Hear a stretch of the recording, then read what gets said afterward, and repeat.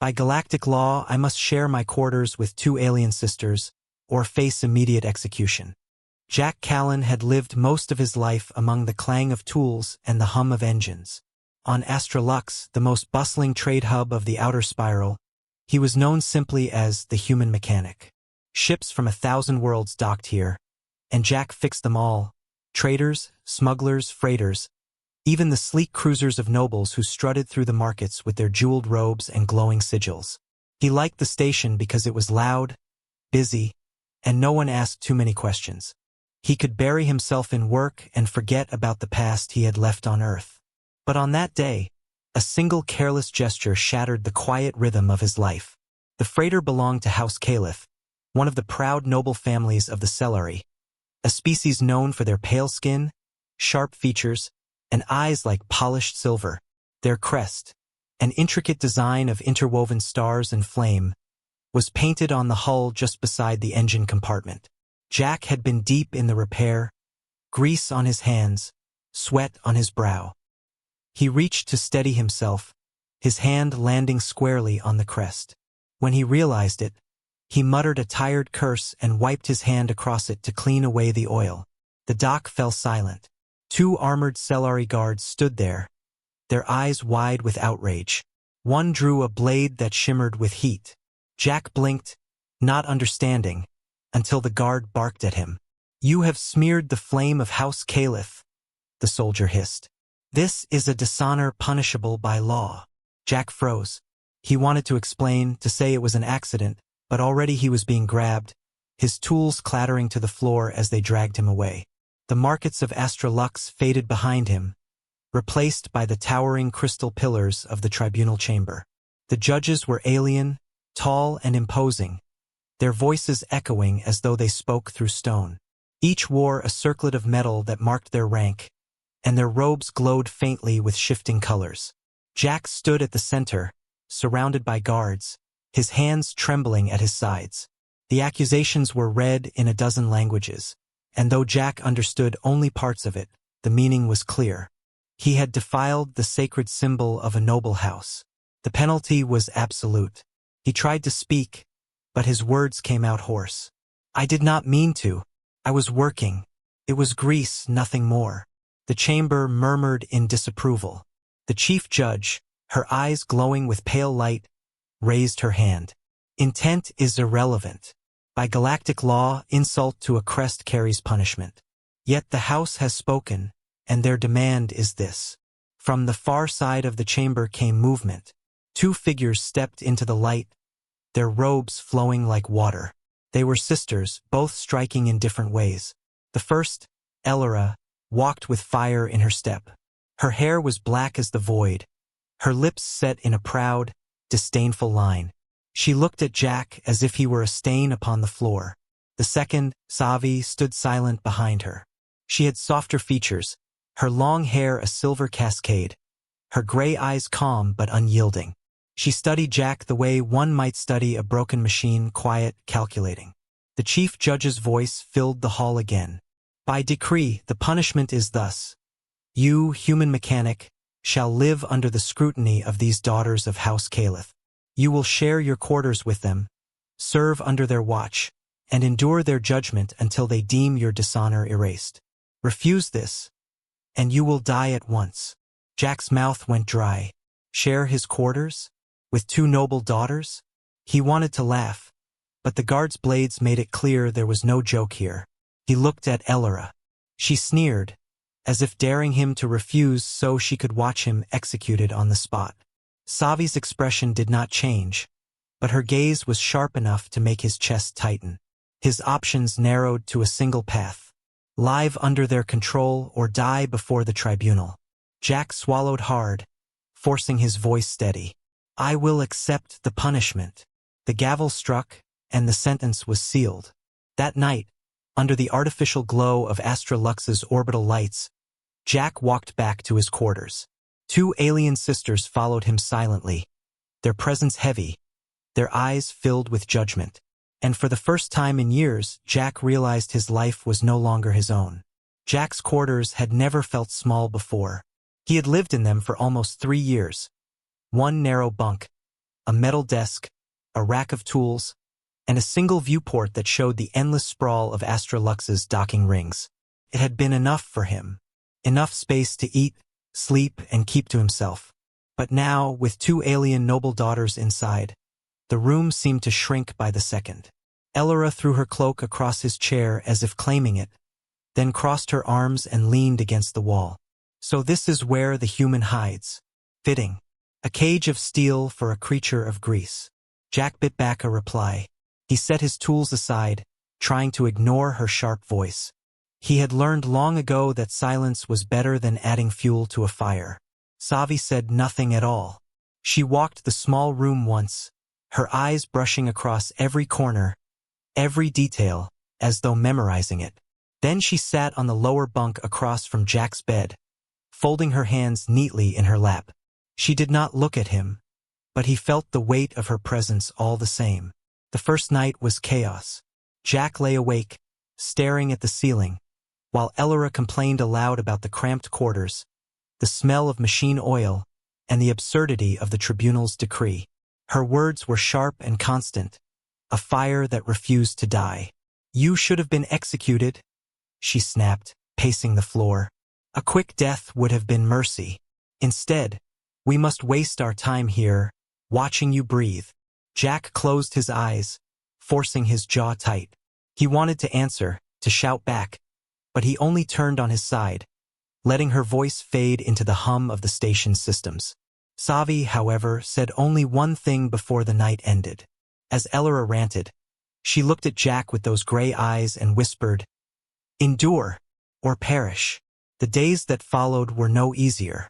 At meals, Elora mocked the way he ate, calling his human food bland and lifeless. When Jack cooked for himself, she wrinkled her nose and pushed her plate away. When he repaired a loose panel in the ceiling, she accused him of showing off. Savi spoke even less. She watched, at the desk, at the table, across the room. She studied the way he worked with his hands, the way he kept his voice low, the way he tried to make himself smaller in a space that had once been his. The quarters themselves betrayed him. There was no escaping them. The bunks were close enough that he could hear their breathing at night. The table was small enough that their knees nearly touched when they sat. Every sound carried, every sigh, every shift of movement, every muttered word.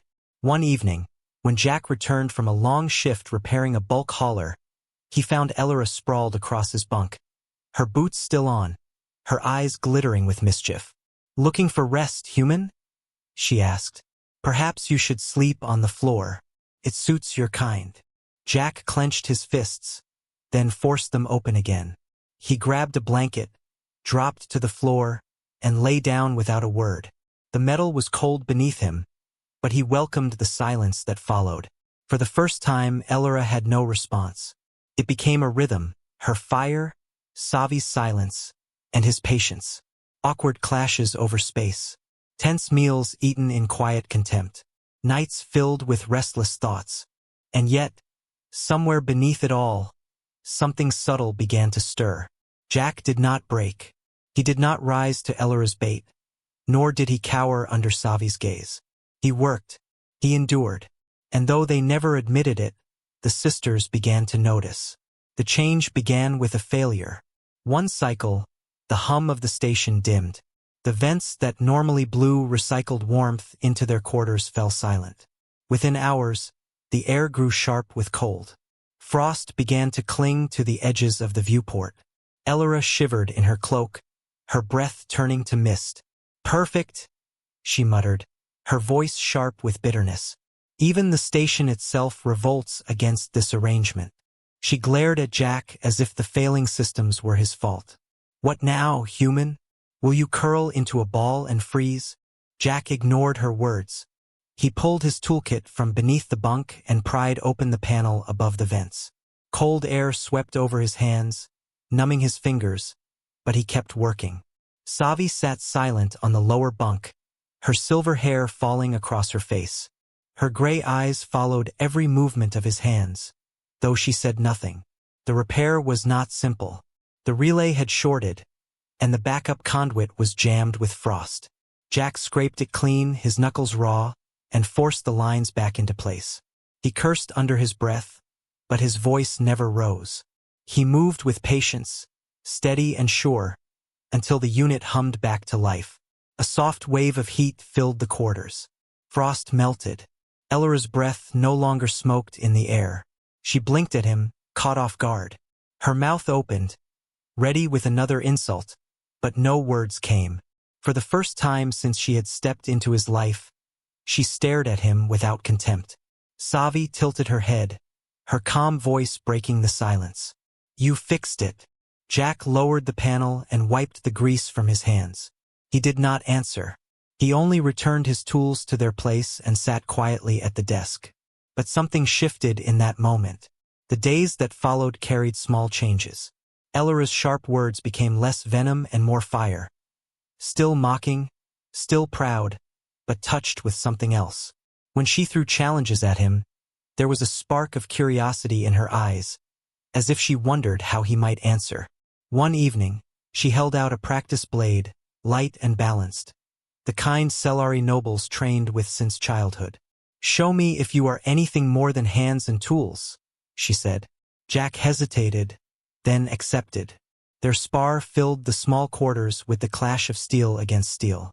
Ellora laughed as she drove him back, but when Jack countered with an unexpected feint, her eyes lit with something brighter than scorn.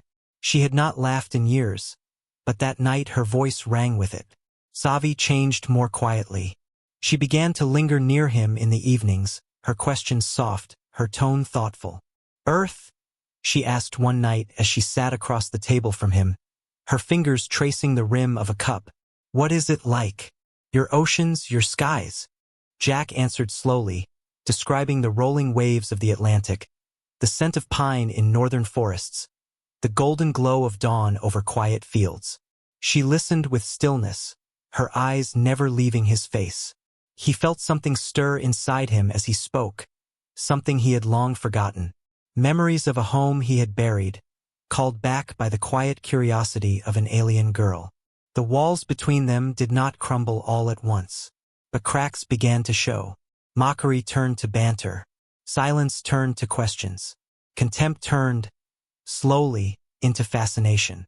And for the first time since the tribunal, Jack felt the faint, fragile outline of something he had thought impossible here: connection. The days stretched into weeks, and the tension in the cramped quarters no longer cut like a blade. It bent, softened, reshaped itself into something Jack had not expected. Ellora still burned like fire, but her flames no longer sought only to scorch. Their sparring became routine. Steel against steel, laughter against laughter. She teased him with words, sharp and bold, but now her eyes gleamed with amusement rather than contempt. When Jack disarmed her one night and placed the practice blade at her chest, she gasped, then broke into genuine laughter. It was not cruel. It was alive. "You learn quickly, human?" she said between breaths. Her lips curved into a smile that surprised them both. "Perhaps there is more to you than grease after all." Jack only shrugged, wiping sweat from his brow, but inside he felt the strange warmth of her approval. Savi's change was gentler, quieter. At night, when Ellora's energy faded and the quarters fell into calm, she would drift closer to him. She asked questions about Earth, about his family, about why he had chosen life among the stars. Her voice was soft, carrying a weight that pressed deeper than Ellora's fire ever could. One evening, as the stars outside the viewport shimmered like cold diamonds, she sat beside him at the desk. Her gray eyes met his, unblinking. "You speak of your home with sorrow," she said. "You left it behind. But it does not leave you." Jack swallowed, his throat tight. "Some things stay whether you want them to or not." She tilted her head slightly, as if committing every word to memory. Her hand lingered near his on the desk, so close that he could feel the warmth of her skin. She did not pull away. Neither did he. The quarters became a strange dance. Ellora drew him into laughter and sparks, challenging him at every turn.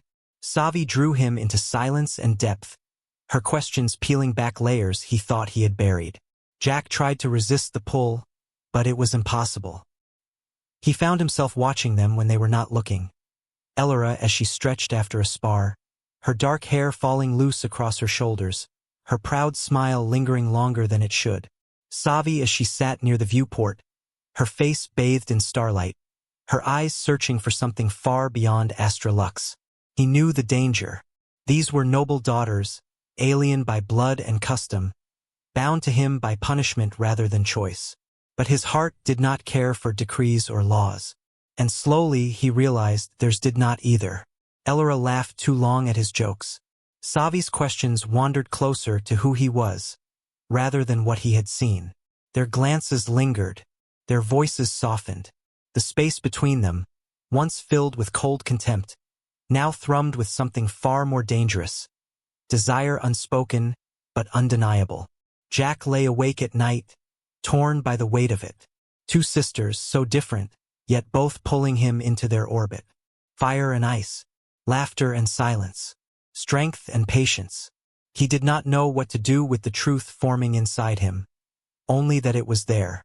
For the first time, he was not only enduring the tribunal's decree. He was living it, feeling it, and part of him, though he would not admit it aloud, did not want it to end. The bond they had built was fragile, unspoken, and new. But nothing on Astra Lux remained untouched by politics or blood feuds. It happened deep in the night cycle, when the corridors outside their quarters were silent. Jack was half asleep on his bunk, the faint hum of the station lulling him into rest. Elora had left her practice blade propped against the wall. Savi sat near the viewport, her eyes distant as always, searching the stars. Then the door hissed open. Figures slipped inside, shadows with blades that shimmered faintly in the dark. Their cloaks bore the crimson crest of House Vadran, rivals of the Caliph line. Their leader's voice cut through the stillness, low and venomous. The human dies tonight. His death will cleanse the insult. Jack sat up fast, heart pounding. He had no weapon but the wrench on his desk. He grabbed it anyway, his knuckles white around the steel. Elora sprang to her feet, her fire blazing hotter than ever. She snatched up her blade and moved to stand between Jack and the intruders. "You will not touch him," she snarled, her voice fierce enough to shake the walls. The assassins advanced. Jack swung his wrench at the first, the impact ringing against the assassin's armored arm. Pain shot through his hand, but he did not stop. He fought like a mechanic, not a soldier, raw, desperate. Every strike meant to survive just one more second. Elora danced through the attackers, her blade flashing in arcs of silver. Every strike she made carried fury, not just for the insult to her house, but for the threat to Jack. For the first time, her rage was not directed at him, but for him. Savi moved silently with deadly precision. She grabbed a fallen dagger and met the enemy head-on, her movements sharper than Jack had ever imagined. But when one assassin lunged at Jack, blade aimed for his chest, Savi threw herself into the path. Steel bit into her side. She gasped, her body folding, but she held the attacker long enough for Elora to drive her blade through his throat. Blood sprayed, the assassin crumpled, and Jack caught Savi before she fell to the ground. "Savi!" he cried, his voice breaking. He pressed his hand against the wound, warm blood spilling between his fingers. Her eyes met his, gray and steady even in pain. "You endure," she whispered, her voice thin but firm. "Do not stop." Rage unlike anything Jack had ever felt surged through him.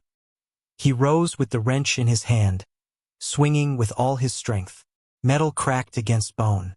The last assassin fell. And then silence. Elora dropped her blade, panting, blood staining her arm. She turned to Jack, her eyes wild, and for once no words came. She only looked at him, at Savi in his arms, at the blood that bound them together. They worked in silence that night, tearing strips from cloth, binding wounds, holding each other upright. Elora's hands trembled as she cleaned her sister's injury. Jack stayed at Savi's side until her breathing steadied, his hand never leaving hers. When the danger passed, the three of them sat together on the floor, backs against the cold wall, their bodies bruised and cut. No tribunal could have forced what had been born that night. The bond between them was no longer punishment, no longer decree. It was choice. It was loyalty. It was something none of them dared name aloud, but each of them felt. Fire. Steel. Human. Together they had survived. The attack left scars that did not fade easily. Their quarters still bore the marks, bloodstains scrubbed from the floor, dents in the walls where blades had struck. Jack's knuckles were still raw, Ellora's arm wrapped in a bandage, Savi's side healing slowly under careful care. But in the quiet that followed, the bond between them grew stronger than any law could dictate. Ellora no longer mocked him. Her fire remained, but it burned differently now. She challenged him still, sparred with him, argued fiercely, but it was no longer contempt. It was connection. Her laughter rang bright in the cramped room, and Jack found himself smiling when he heard it. Savi spoke more than she ever had. Her voice was still soft, but it carried warmth now, her questions laced with genuine curiosity. She leaned closer when he told stories of Earth, her eyes searching his face for meaning, as if every detail mattered to her. Jack caught her watching him when she thought he was not looking. Her gray eyes filled with quiet truths. Weeks passed. The tribunal eventually returned, their robes shimmering with cold authority. They expected bitterness, anger, and division. They expected to see Jack broken by the punishment, desperate for freedom. Instead, they found something else. Ellora stood proudly at his side, her hand resting lightly on the hilt of her blade. Savi remained close as well, her calm presence unshaken, her eyes softer than the judges had ever seen. And Jack stood between them, steady and unafraid. The chief judge's voice filled the chamber. The sentence is fulfilled, the dishonor erased. By law, the human is free. Silence followed. Jack should have felt relief. Freedom meant life without the sisters' fire and silence pressing in on him. Freedom meant he could return to his work, to the quiet of grease and tools. Yet as the words settled in his chest, he realized he did not want to leave. Neither did they. Ellora broke the silence first, her voice fierce. The law has ended, but the bond remains. He is no longer punishment. He is ours. Savi's words followed, gentle but unyielding. We choose him. Jack's heart pounded, his throat tight. He looked from one sister to the other, seeing fire and ice, laughter and silence, strength and patience. He had never asked for this, but now he could not imagine life without it. He faced the judges, his voice steady. By your law I am free. By my choice I stay. The tribunal murmured, their glowing eyes unsettled. But law could not bind the human heart, nor could decree unmake what had been forged in blood, fire, and trust. That night, back in their quarters, the three of them sat together in the glow of the viewport. The stars of Astra Lux stretched endless beyond the glass, 1,000 worlds glittering in the dark. Ellora leaned against his shoulder, her fire softened into warmth. Savi rested near his other side, her calm steady as the stars. And Jack, the mechanic who had once lived a quiet life alone, realized he had found something greater than survival. He had found family. He had found loyalty. He had found love, unexpected and unbreakable. By law, he had been punished. By choice, he had been saved. And none of them wanted it to end.